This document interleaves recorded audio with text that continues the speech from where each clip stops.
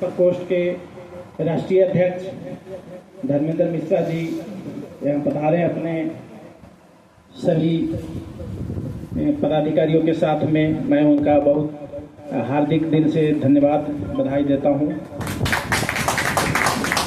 ये आज काफ़ी अपने प्रकोष्ठ में ज्वाइनिंग करेंगे दिल्ली प्रदेश में और राष्ट्रीय स्तर पर।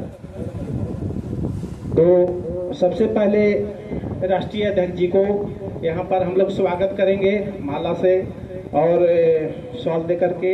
इसमें स्वागत करता है धर्मेंद्र द्विवेदी महासचिव हैं और मंतोष मिश्रा जी हैं, रंजन चटर्जी जी हैं और उत्तम मिश्रा जी हैं। ये माला पहना करके सब स्वागत करेंगे और प्रेम शुक्ला जी हैं, ठीक है ना। आइए आप लोग जो है राष्ट्रीय अध्यक्ष जी को स्वागत करें।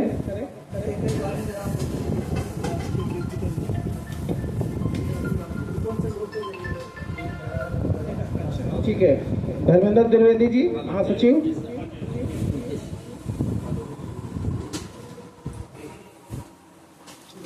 मंतोष मिश्रा जी, रंजन चटर्जी जी,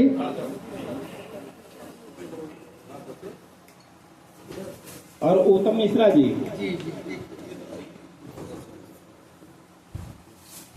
धर्मराज जी और हरीश जी।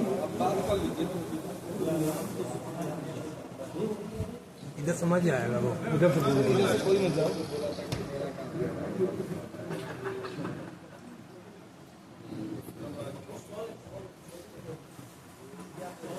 सर एक बार सामने देख लीजिए।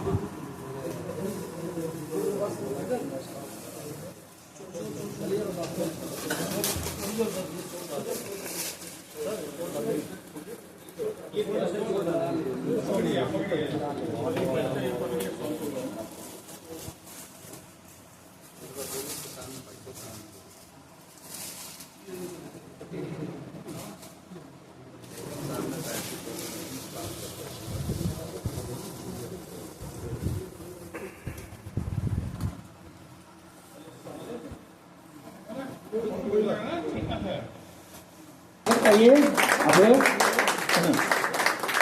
और खुशी की बात है आज हमारे किसान प्रकोष्ठ के राष्ट्रीय अध्यक्ष जी यहाँ पर आए हैं और अपने साथियों को स्वागत करवाने, बहुत खुशी की बात है।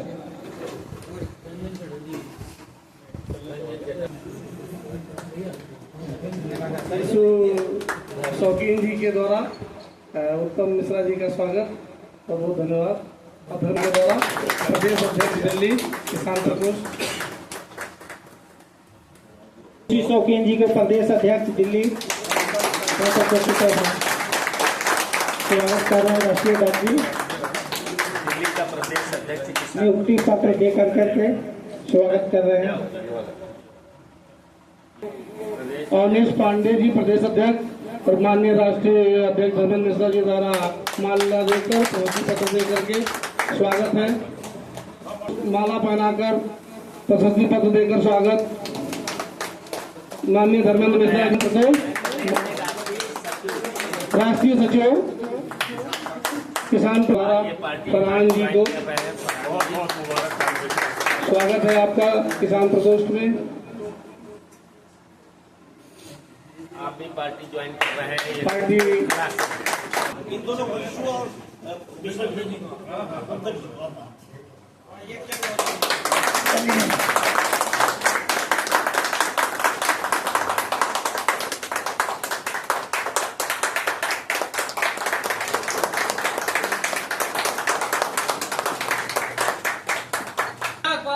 जिंदाबाद, चिराग पासवान जिंदाबाद, चिराग पासवान जिंदाबाद, स्वर्गीय रामविलास पासवान जी, स्वर्गीय रामविलास पासवान जी, स्वर्गीय रामविलास पासवान जी, रामविलास पासवान जी, जनशक्ति पार्टी रामविलास जिंदाबाद।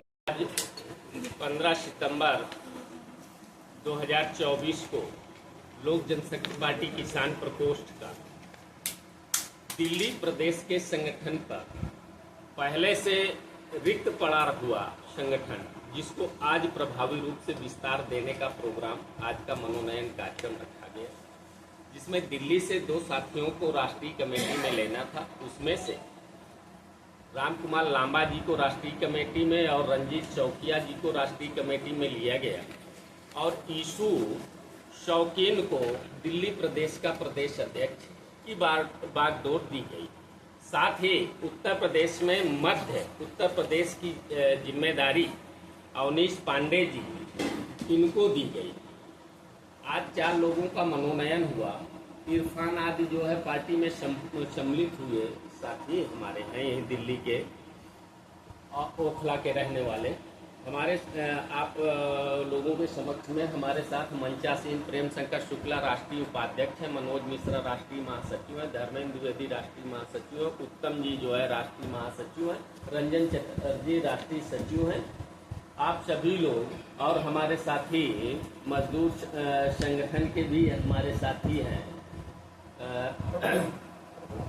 परशुराम जी और दिल्ली प्रांत प्रदेश के काफ़ी साथी यहाँ पर बैठे हुए हैं जिन्होंने पार्टी ज्वाइन किया है। आज साथियों, लोक जनशक्ति पार्टी रामविलास आदरणीय चिराग पासवान जी के नेतृत्व में दिनों दिन बढ़ रही है और हमारे नेता के निर्देशन पर हम सभी संगठनकर्ता पूरे देश में जाकर हम लोग संगठन बना रहे हैं और संगठन को धारदार बनाने का हम लोग प्रयत्न कर रहे हैं, क्योंकि हमारे नेता का स्पष्ट निर्देशन है कि पार्टी को राष्ट्रीय पार्टी बनाने की दिशा में आप लोगों को काम करना है और राष्ट्रीय पार्टी बनाने की दिशा में काम करने पर हम लोगों को संगठन पर ध्यान देना होगा।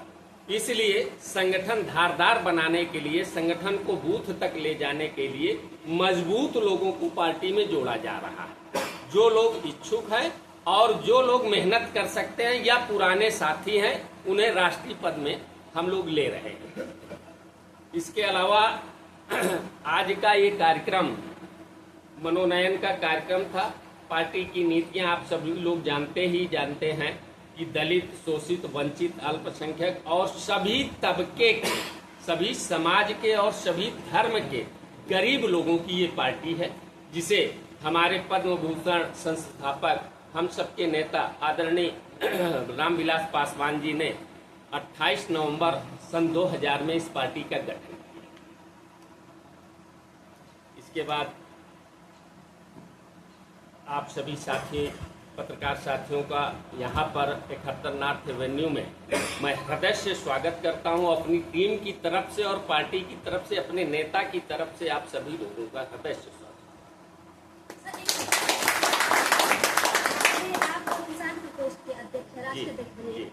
पहला कदम क्या हुआ आपका किसानों को उठाने के लिए? देखिए, हम लोगों ने पहले भी राष्ट्रीय कार्यकारिणी की मीटिंग बुलाई थी। उसमें किसान आयोग का गठन और कृषि को उद्योग का दर्जा दिए जाने के लिए हमने ये मांग अपने नेता को दे रखा है, मांग पत्र, कि किसानों के लिए किसान आयोग, यदि महिला हैं तो आपके लिए महिला आयोग का गठन है, और पिछड़ा है तो पिछड़ा आयोग का गठन, तो उससे उत्थान होता है। यदि आयोग का गठन होता है तो उस समाज का उत्थान होता है। किसान, यहाँ पर देश में 70% किसान पाया जाता है और धरती का सीना चीर कर हम सभी लोगों को खाने की व्यवस्था करता है, अनाज पैदा करता है, और इसके बावजूद भी वह किसान सुखी नहीं है। अगर किसान को सुखी देखना है तो किसान आयोग की स्थापना करनी होगी और कृषि को उद्योग का दर्जा दिया जाना चाहिए, जिससे कृषि यंत्र वगैरह जो भी खरीदता है किसान, उसमें सब्सिडी मिल सके किसान को। ये हम लोगों की 2 मांगे पुरजोर है। तीसरी मांग एक बहुत महत्वपूर्ण है, जो राष्ट्रीय कार्यकारिणी अभी नवंबर में हम लोग जाके बैठने वाले हैं। राष्ट्रीय कार्यकारिणी की किसान प्रकोष्ठ की बैठक होने जा रही है। उसमें तीसरा बिंदु भी हम लोग सम्मिलित करने जा रहे हैं, वह है किसानों का जो लोन है उसे माफ किया जाए। बहुत सारे किसान जो है आत्महत्या कर रहे हैं कई प्रांतों में। वहाँ की सरकारें जो आई और किसानों का लोन माफ करने का वादा भी किया अपने मैनिफेस्टो में, लेकिन किसानों के कोई भी लोन को अदा नहीं किया है अभी तक, और न उस पर कोई कदम उठाया। तो तीसरी मांग हम लोगों की अगली आने वाली कार्यकारिणी की मीटिंग में हम लोग रखने जा रहे हैं। जब हम लोगों का प्रस्ताव पारित होगा, तीनों मांग अपने राष्ट्रीय अध्यक्ष आदरणीय चिराग पासवान जी के समक्ष हम लोग रखेंगे और उनसे आग्रह करेंगे कि भारत सरकार में वो इस प्रस्ताव को रखें और प्रयास करें कि ये प्रस्ताव जो है मान्य हो। सर, दिल्ली विधानसभा चुनाव करीब है, पदों की नियुक्ति की जा रही है। विधानसभा चुनाव में क्या कैसा कदम रहेगा पार्टी? पार्टी चुनाव लड़ने जा रही है। क्योंकि हम लोग एनडीए के घटक दल हैं, एनडीए से हमारे नेता बात करेंगे। पार्टी की जहाँ बात है तो पार्टी का मनोनयन किसान प्रकोष्ठ का किया गया है। क्योंकि पहले से हमारे साथी रहे हैं, राम कुमार राणा जी पूर्व में रहे हैं, इसके बाद ये बीच में अस्वस्थ चलते रहे तो संगठन का विस्तार नहीं कर पाए, तो इन्हें राष्ट्रीय कमेटी में लिया गया। और इशू शौकीन तेज तर्राट व्यक्ति है, यूथ है। क्योंकि हम लोग नारा भी दे रहे हैं जय जवान जय किसान का, तो हम जब तक किसान के साथ जवान नहीं होगा किसान, तब तक हम लोगों का कल्याण होने वाला नहीं है। और पार्टी हमारी बूथ तक काम कर रही है, सभी आपके ब्लॉक वार्ड में पहुंच चुकी है। जिला पहले हो चुका है, ब्लॉक वार्ड में पार्टी के प्रदेश अध्यक्ष आदरणीय शंकर मिश्रा जी हैं। यहाँ पर बूथ पर हमारी पार्टी का काम चल रहा है। दिल्ली में किन मुद्दों को लेकर मैदान में आना चाहते हैं? सबसे बड़ी चीज है दलित, वंचित, शोषित, गरीब, पिछड़ा, इनका कल्याण हो। और जो भी नए मुद्दे हैं उस पर तो विचार करेंगे पार्टी के प्रदेश अध्यक्ष और थिंक टैंक जो हमारे यहाँ है। मैनिफेस्टो जब भी जारी होगा तब उस पर विचार हम लोग करेंगे। क्योंकि हम लोग किसान प्रकोष्ठ के मनोनयन का मामला चल रहा है अभी, तो किसान प्रकोष्ठ को धार देने का और बूथ तक संगठन ले जाने का हम लोग। सर दिल्ली के मुख्यमंत्री जेल से छूट गए, क्या उनको इस्तीफा देना चाहिए? बिल्कुल देना चाहिए। भ्रष्टाचार पर देखिए, एक चीज ईमानदारी से, आप मीडिया के साथी हैं, आप लोगों के माध्यम से हम बचपन में सुनते थे कि अगर किसी मिनिस्टर पर कोई आरोप लग जाता था तो वो पहला कार्य करता था कि नैतिकता के आधार पर अपने पद से रिजाइन देता। आज दिल्ली के मुख्यमंत्री को शराब घोटाले में जेल तक भेजा गया। अब नैतिकता के आधार पर उनको इस्तीफा दे देना चाहिए। और जो जांच एजेंसियां हैं और वो लोग अपना काम कर रहे हैं, जब चार्जशीट लगेगी तो आरोप तय होगा। सर, दिल्ली का आगामी विधानसभा चुनाव नजदीक है, ऐसे में केजरीवाल जी को बेल मिल जाना अपने आप में वो लोग मजबूती मजबूती जो है महसूस कर रहे हैं, और आप लोग चाह रहे हैं कि उनका इस्तीफा हो। ऐसे में वो लोग जो इतनी मजबूती के साथ कह रहे हैं कि हम दोबारा सरकार बनाएंगे, बेल देना न देना ये कोर्ट का प्रकरण है, उसमें नो टिप्पणी। पहली बात। दूसरी बात, जहाँ नैतिकता की बात है तो वहां पर केजरीवाल जी को संगठन में काम करने के लिए कोई नहीं किसी को रोक सकता है, क्योंकि संगठन उनका है, आम आदमी पार्टी। लेकिन ये महत्वपूर्ण पद है प्रदेश का मुख्यमंत्री होना, और उन पर भ्रष्टाचार के आरोप लगे हैं और वो जेल भी गए हैं, इसलिए नैतिकता के आधार पर उन्हें इस्तीफा दे देना। तो सर, लोक जनशक्ति पार्टी का क्या स्टैंड रहने वाला है? एनडीए के साथ मिलकर चुनाव लड़ेगी तो क्या महत्वपूर्ण भूमिका अदा करेगी दिल्ली विधानसभा चुनाव में? सारी चीजें जो है नेतृत्व से वार्ता करने के बाद है। चूंकि आज का मामला है मनोनयन का, तो मुख्य रूप से मनोनयन और पार्टी के संगठन का विस्तार है हम लोगों का। चूंकि इस पर जो मुद्दे होंगे, यहाँ पर पार्टी के प्रदेश अध्यक्ष, हमारे किसान प्रकोष्ठ के प्रदेश अध्यक्ष सब लोग मीटिंग करके जो भी मैनिफेस्टो में जो भी आवश्यकताएं हैं दिल्ली प्रदेश की, वो मैनिफेस्टो में ये लोग रखवाएंगे और वही मांग पर उसी पर लड़ेंगे।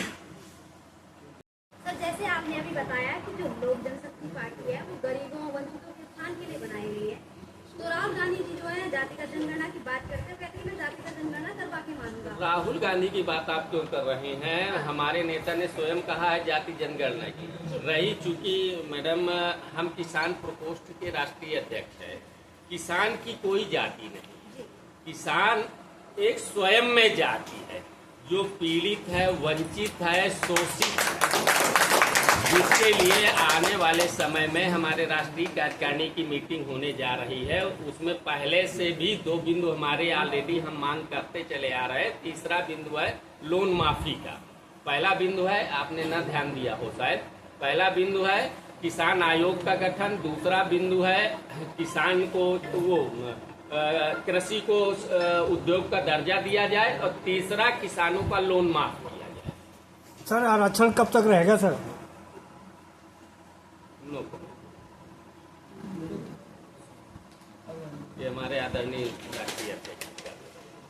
अगर आपको लगता है कि हमारा काम बहुजन समाज के लिए महत्वपूर्ण है, तो आप हमें आर्थिक सहयोग के लिए सीन दिखाए गए QR कोड स्कैन और फोन पे और गूगल पे और UPI और बैंक अकाउंट में कर सकते हैं। फोन पे, गूगल पे 9250529129, UPI 9250529129@YBL। Bank account state bank of India AC 104299462008, IFSC code SBIN 00066563। आपका छोटा से छोटा सहयोग समाज और हमें और मजबूत करेगा, जिससे हमें बहुजन पत्रकारिता में और निष्पक्ष बनाने में मजबूत करेगा। जय भीम, जय भारत।